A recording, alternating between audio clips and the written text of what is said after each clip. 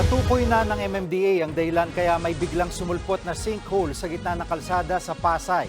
Nananatili namang sarado ang kalsada kahit nakumpuni na. Nasa frontline ng balitang yan si Gary De Leon.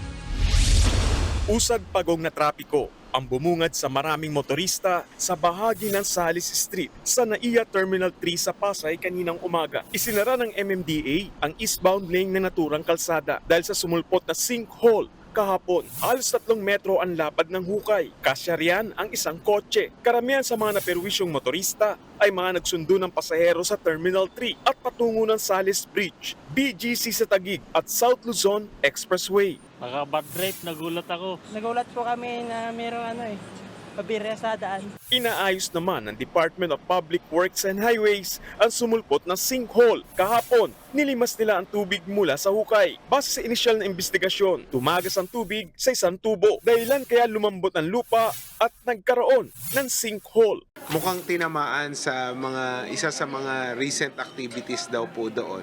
Kasi makikita niyo po na nauka po or nabasag yung tubo.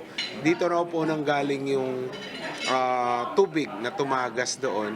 Sinigundaan naman ng kumpanyang Maynilad ang pahayag ng MMDA. Iniimbestigahan na rin nila ito. Nakikipag-ugnayan din ng Maynilad sa ibang kumpanya o ahensya na may mga aktibidad sa lugar para hindi na maulit ang nangyari. Sa ngayon, tinatabunan na ng lupa ang lugar.